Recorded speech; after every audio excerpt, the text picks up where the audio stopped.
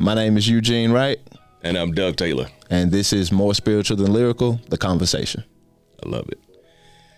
The thing I want to explore to wrap this up, I think is a good place to put a bow onto that, is how do we continue to follow that light moving forward? Whether that's us, you know, how you mentioned you wanted to tie in generations. We're kind of doing that right now. Mm-hmm. But, you know, you being super relatable as a pastor, which is why, you know, I choose to follow you in that regard. And also me being open to what it is that you present. Yeah. And just, you know, bringing our different worlds together, because this is a weird conversation for people on the internet. Yeah. Like a pastor and a rapper. Yeah.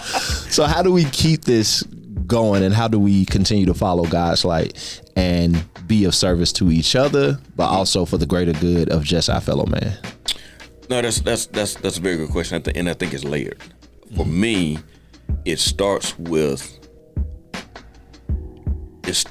my personal commitment to God. Right. That's the foundation of all of this, because it's that personal relationship with God that drives all my decision making. We talked about the purpose pie. First is I have my spiritual life, I have my personal life, my relational life, my financial life, and my vocational life. My spiritual life guides all of those. So because of my spiritual convictions, I can only treat you a certain kind of way. Because of my spiritual convictions, I can only make money a certain kind of way. You see what I'm saying? And so because of my spiritual convictions, I can only parent and be a husband a certain kind of way. I think without that, anything goes. You're in chaos. You see what I'm saying? Without having this spiritual foundation. For me, my spiritual foundation is a trust in Jesus. I'm a Christian, you know. That's what guides, and that Bible guides all my decisions. I think in that, the other thing that happens is having these spiritual convictions of what guides my life, but also understanding what really matters. Go back to redefining success. I think what redefines success is, for me, when I leave, I want to leave here empty. You know, and the third thing is a level of humility. Because when you're used to being the teacher, it's hard to be the student. And so I think we further this by creating safe spaces to have these conversations, to find similarities, to find points of disagreement, but still walk away respectful and respecting the fact that guy has something that I was able to put in my tank. I don't think as a people, as a culture in this generation, I don't think we respect the value that everybody brings to the table. And I think conversations like this, put it in the music, saying it, whether or not your pulpit is on a stage or behind a mic, having a real message that is going to tell truth, going to add value. And so I think that's what it is, man. I'm grateful that I still have the opportunity to relate to two generations, you know. And that's, you know, I think that's what guides me, man. How about you? You tell me. One, I appreciate the openness of it. The one thing I always look for, especially when seeking wisdom, is I want to learn the mistakes too. Yeah. Right. I feel like I grew up in a time where I heard adults say, when we was that young, we weren't that bad.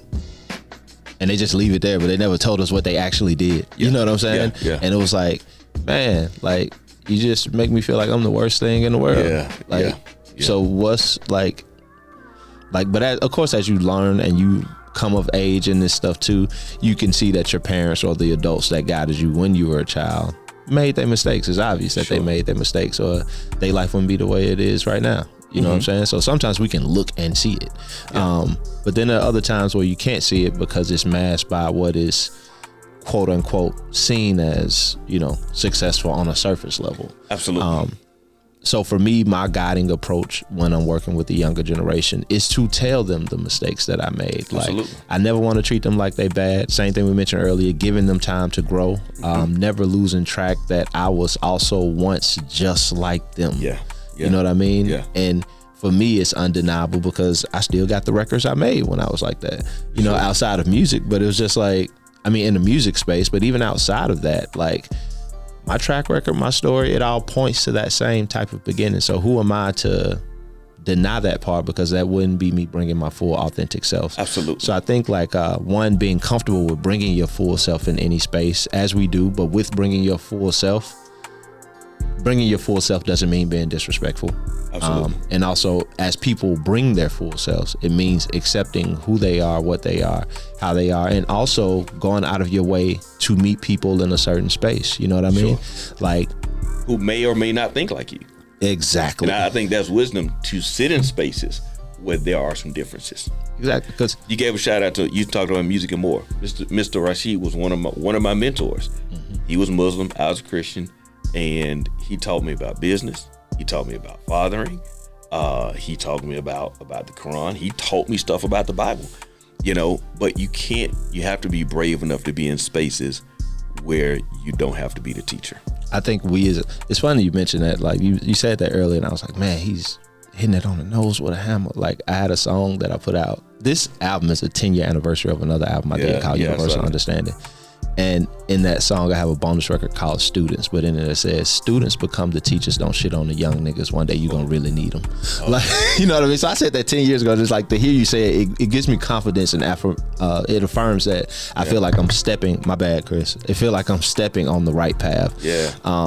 So 10 years later, me be doing an anniversary album, but to hear you say that, it's like, okay, keep going. And not even just keep going on the rap stuff, but keep walking the path. You're growing in the right direction. Another thing you mentioned, like, being in that space where there are differences, then there are conflict. I think we as a people, we have to do a better job of our relationship with being wrong. Oh God, yeah. You know what I mean? Because one, that's going to allow you to share the mistakes, as I mentioned earlier. But two, it's okay to be wrong, because that presents an opportunity to learn something. Absolutely. I think people miss that.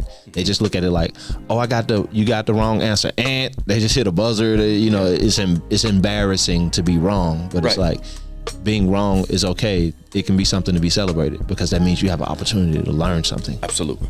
So to either learn something, add something, or grow in some way. You know what I mean? So I think that's how we continue to do the work. That's how we continue to move forward. It's hard to pour into a full cup. You know what I'm saying? If you know it all and you're always right, it's gonna be kind of hard to really grow.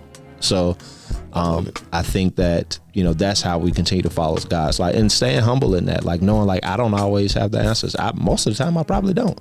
I'm open to seek them, learn them, sure. And take them in whatever format they come, whether it's from my pastor or my homies in the hood. Absolutely. I'm gonna stay open to it all. Absolutely. So I think that's how we do it.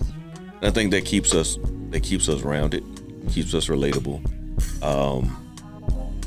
and it allows us to bridge those gaps. Gotcha. One of the problems with social media is it reinforces our beliefs. Yeah, the echo chamber. The algorithm knows what you like, and it just funnels you more of what you really believe. It closes your mind to other possibilities. And so I think we have to be strong enough to sit in other spaces, even like this, preach and rapper, to have dialogue, hear your vantage point. Hopefully you can see mine and see, that there is a whole lot of truth and guidance that came from a rap CD that we need to value. So I think the music is, again, I talked about the evolution of music. It needs to make a difference. When somebody hears this, they're not just going to hear how to cook up a brick.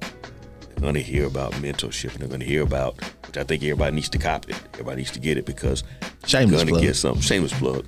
You get something that you can use. One of the things that's dope is I talk about music. You even talked about, like, my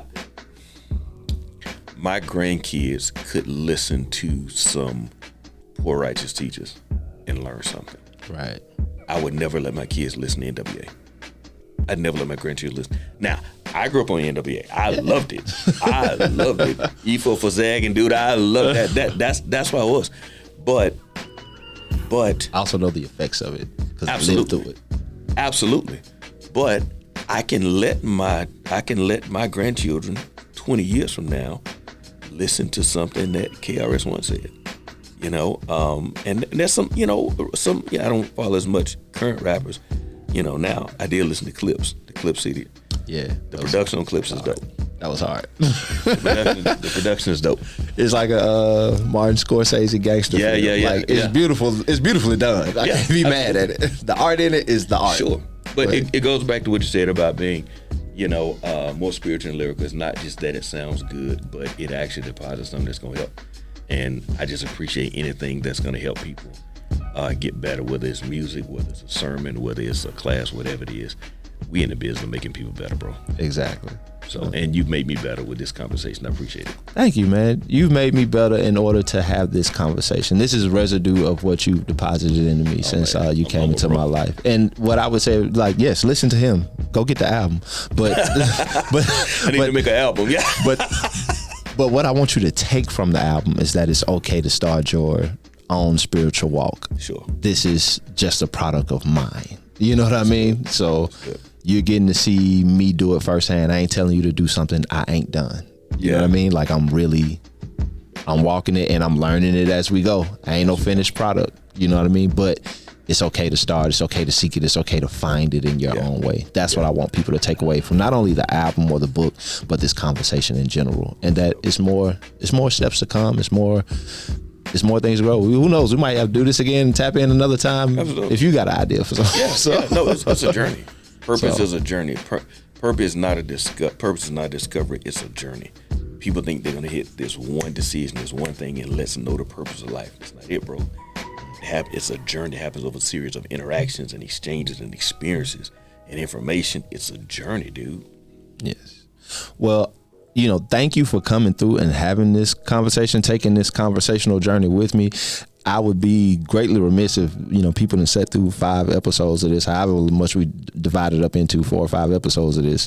But tell people how they can get to you, what you got going on. Oh, yeah. You know what I mean? So Doug Taylor, I do happen to pastor a church. I think it's a pretty dope church, Rebirth Christian Fellowship. We all are on all the sites, Facebook, YouTube. I found out Facebook is for old folks. I love Facebook. Doug Taylor on Facebook. I got TikTok is really doing, man, I did some stuff on TikTok and it's getting a lot of attention, which is pretty dope. My son is making me do that. I don't care about it. I'm on Facebook. But no, I mean, they can check us at our church, Rebirth Christian Fellowship. Check me out on all the socials, Doug Taylor. And you're going to get some Jesus and some jokes. That's what you're going to get. Well played. Well, thank you, Pastor Hey, bro, Taylor. I appreciate you, man. It was an honor. Likewise. Yo.